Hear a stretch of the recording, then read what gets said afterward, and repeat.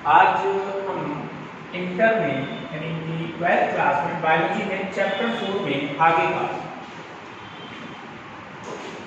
सर्वगर्भता का चिकित्सीय समापन यानी प्रेग्नेंट अवस्था का समापन, इस पर चर्चा करेंगे, जिसको हम कहते हैं मेडिकल टर्मिनेशन ऑफ प्रेगनेंसी कहते हैं, जिसे हम शॉर्ट में एमटीपी कहते हैं। एमटीपी कहते हैं। गर्भावस्था पूर्ण होने से पहले गर्भ को गिरा देना यानी अबॉर्शन करा देना एमटीपी कहलाता है।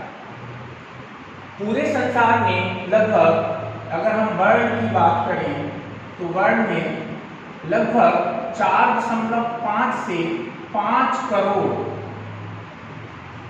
एमटीपी होते हैं, जो कि कुल प्रेगनेंसी का यानी कि जो गर्भवती स्त्रियां हैं उनका 1/, प्रेगनेंसी का 1/5वां भाग है। 1/5वां भाग है। अब जो एमटीपी है इसका भावनात्मक रूप से भी जुड़ा हुआ है, सामाजिक रूप से भी जुड़ा हुआ है, अन्य रूपों से ये व्यक्ति के साथ जुड़ा हुआ होता है।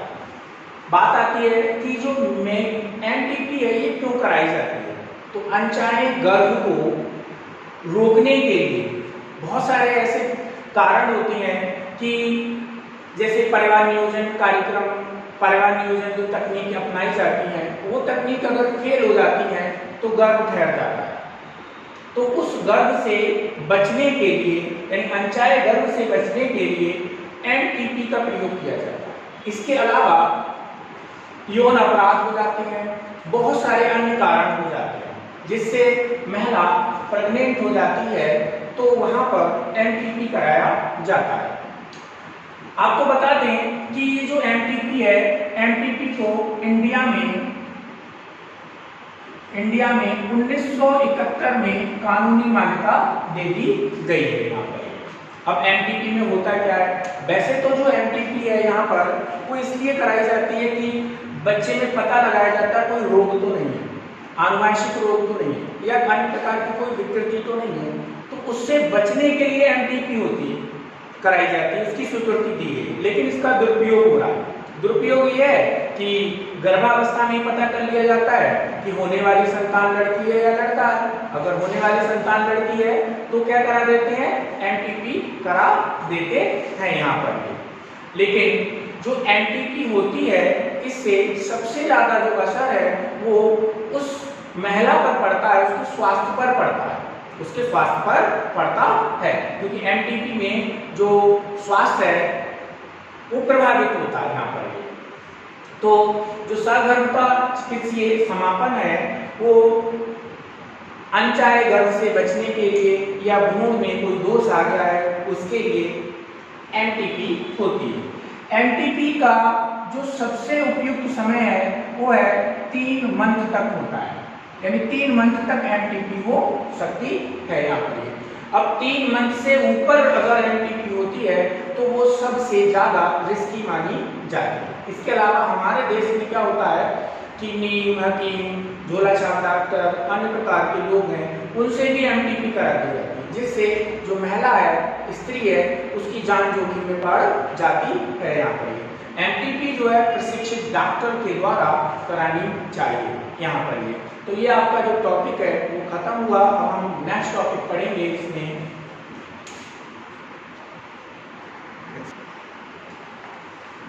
रिप्रोडक्टिव हेल्थ में जो नेक्स्ट टॉपिक है वो है यौन संचारित रोग, जिसे सेक्सुअली ट्रांसमिटेड डिसीज कहते हैं। शॉर्ट में इसे एसटीडी कहते हैं और इसे वीडीडी कहते हैं, वेनेरल डिसीज कहते हैं। तो ये जो बीमारी है ये मेल फीमेल के कॉपुलेशन के कारण होती है, मैथुन क्रिया के कारण एक व्यक्ति से दूसरे में पहुंचती है। तो इस बीमारी को सेक्सुअल ट्रांसमिट डिसीज इसलिए कहते हैं क्योंकि ये जनन अंगों को प्रभावित करती है यहाँ पर। तो ये जो बीमारी है जनन मार्ग के लिए, जनन अंगों के लिए, उन सारे को इफेक्ट डालती है, प्रभाव डालती है। इसमें सबसे पहले जो बीमारी है वो है गोनोरिया, जिसको सुजाक कहते हैं। तो ये जो बीमारी है वो एक बैक्टीरिया के कारण होती है, नेसेरिया गुनेरिया करके कहते हैं, बैक्टीरिया कहते हैं। तो ये बीमारी जो है पुरुषों में होती है। तो इसमें जो मूत्र मार्ग है वो संक्रमित होता है, सूजन आ जाती है, वहाँ पर दाने निकल आते हैं और हरे पीले रंग का पस निकलने लगता है। तो ये जो बीमारी है इसमें स्त्री वाहक होती है और यहाँ पर इस बीमारी में एंटीबायोटिक दिया जाता है। तो उस एंटीबायोटिक के द्वारा इस बीमारी को ठीक किया जा सकता है। दूसरी बीमारी आती है सिफिलिस, जिसको ट्रोपोनेमा पैलिडम बैक्टीरिया के द्वारा ये बीमारी होती है। तो यहाँ पर स्त्री और पुरुष दोनों में ये बीमारी होती है। तो यहाँ पर जनन मार्ग दोनों के जनन मार्ग जो है वो यहाँ पर प्रभावित होते हैं। यहाँ ये जो बीमारी है यहाँ पर इसमें दाने निकल आते हैं और जो कुछ दिन के बाद खत्म हो जाते हैं। ऐसी स्त्रियों में भी जो जनन अंग है वहां पर दाने निकल आते हैं, खत्म हो जाते हैं। ये जो बैक्टीरिया है ये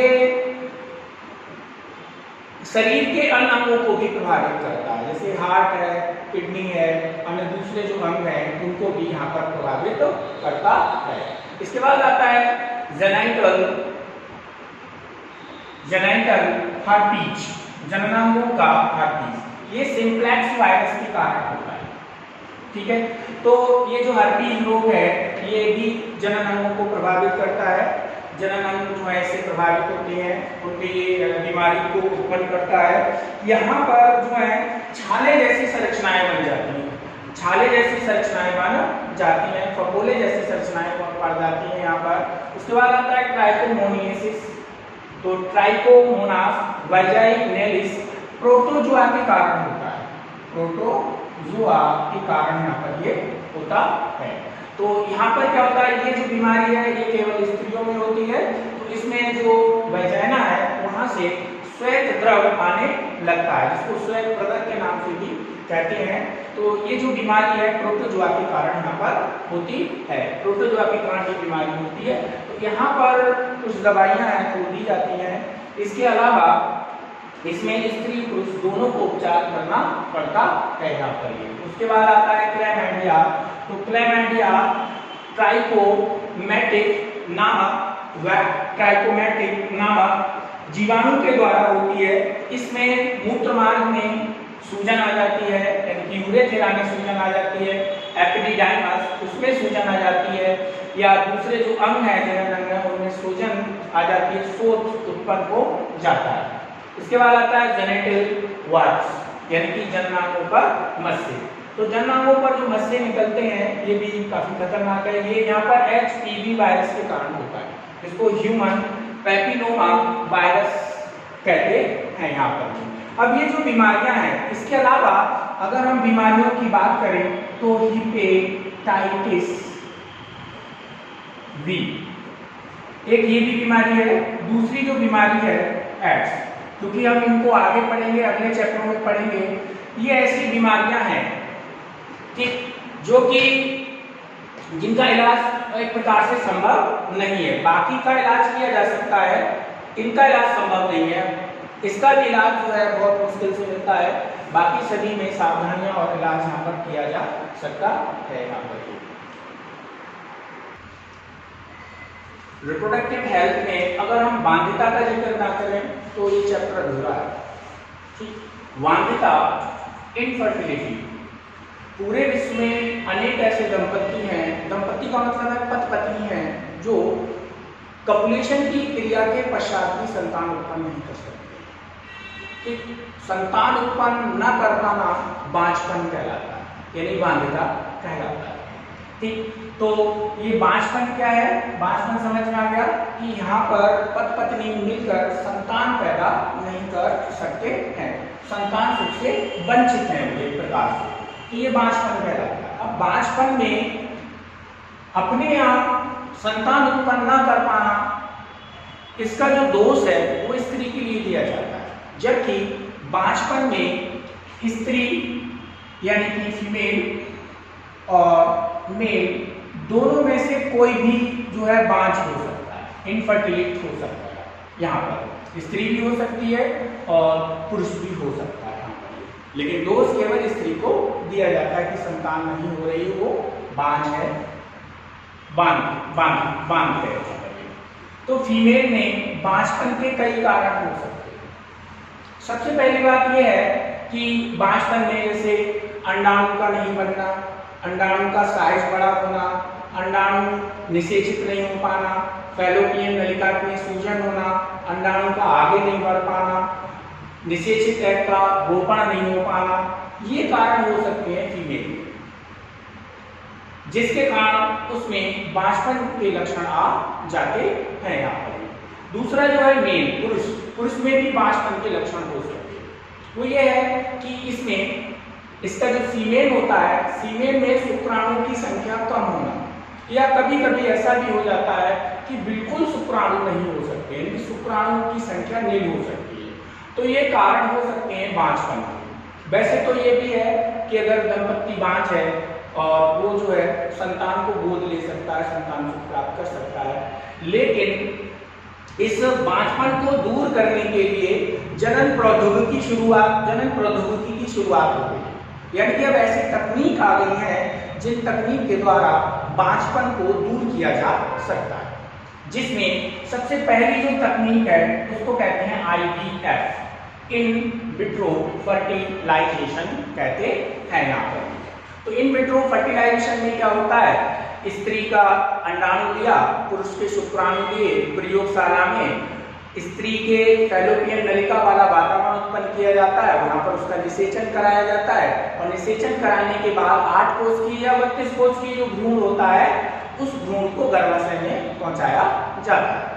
तो ये जो इसमें जो उत्पन्न संतान होती है उसको टेस्ट ट्यूब बेबी कहते हैं, टेस्ट ट्यूब बेबी का नाम दिया जाता है। देखिए अब ये जो तकनीक है इसके 2 प्रकार हो सकते हैं, IUT, इंट्रा यूट्राइन ट्रांसफर।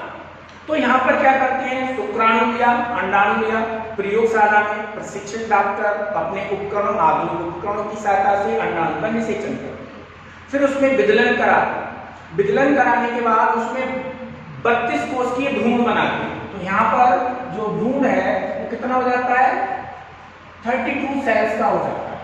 ठीक, अब इस 32 सेल्स का जो एम्ब्रायो है, यानी कि यहाँ पर भ्रूण है, इस भ्रूण को गर्भाशय में रोपित कर दिया जाता है, लगा दिया जाता है। अब धीरे धीरे ये जो भ्रूण है बड़ा होता है और फीटस में बदल जाता है, फीटस जो है फिर संतान शिशु बन जाती है। ठीक, दूसरा आता है ZIFT, जाइगोट इंट्राफैलोपियन ट्रांसफर। तो यहाँ पर भी तकनीक यही है, यहाँ पर अंडाणु उसका निषेचन कराया जाएगा, किसके साथ, स्पर्म के साथ कराया। यहाँ पर क्या बनेगा, जाइगोट बनता है। ठीक, अब इस जाइगोट को 8 सेल तक डिवीजन कराते हैं, उसके बाद इस जाइगोट को फैलोपियन ट्यूब में ट्रांसफर किया जाता है। इसको कहाँ ट्रांसफर किया था, यूट्राइन गर्भाशय में किया था, इसको कहाँ ट्रांसफर करेंगे, फैलोपियन ट्यूब में ट्रांसफर कर देते हैं। अब फैलोपियन ट्रांसफर करने के बाद वहां से विदलन, मोरुला, ब्लास्टोसील अवस्था से होता हुआ गर्भाशय में आता है और गर्भाशय में रोपित हो जाता है। यहाँ पर इसको ZIFT कहते हैं। उसके बाद आता है गैमीट इंट्राफैलोपियन ट्रांसफर, जिसको हम GIFT कहते हैं।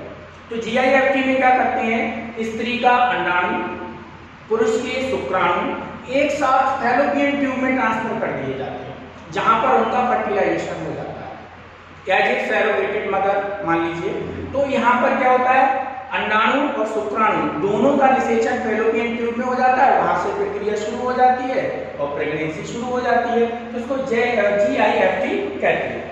उसके बाद आता है AIT, आर्टिफिशियल इंसेमिनेशन ट्रांसफर कहते हैं। कभी कभी क्या होता है, फैलोपियन नलिका में या गर्भाशय की जो सेरेनिक्स है उसकी बनावट के कारण शुक्राणु अंदर नहीं जा सकते, गर्भाशय में संकुचन कम होने के कारण अंदर नहीं जा सकते। तब क्या करते हैं, एक नलिका के द्वारा जो शुक्राणु है उनको सीधा फैलोपियन नलिका में ट्रांसफर कर दिया जाता है। एक उचित समय पर ट्रांसफर किया जाता है। इसको AIT टेक्निक्स कहते हैं। यहाँ पर ये लास्ट टेक्निक बचती है ICSI, इसको कहते हैं इंट्रा साइटोप्लाज्मिक स्पोर इंजेक्शन कहते हैं। तो यहाँ पर क्या किया जाता है, अंडाणु लिया जाता है स्त्री का, उसमें डायरेक्ट इंजेक्शन के द्वारा स्पर्म का न्यूक्लियस पहुंचा दिया जाता है और वहां पर क्या होता है, फर्टिलाइजेशन की क्रिया हो जाती है। आगे की जो क्रिया है वो यूट्राइन में, यानी फैलोपियन ट्यूब और यूट्राइन में होती है। हमारा चैप्टर यहीं पर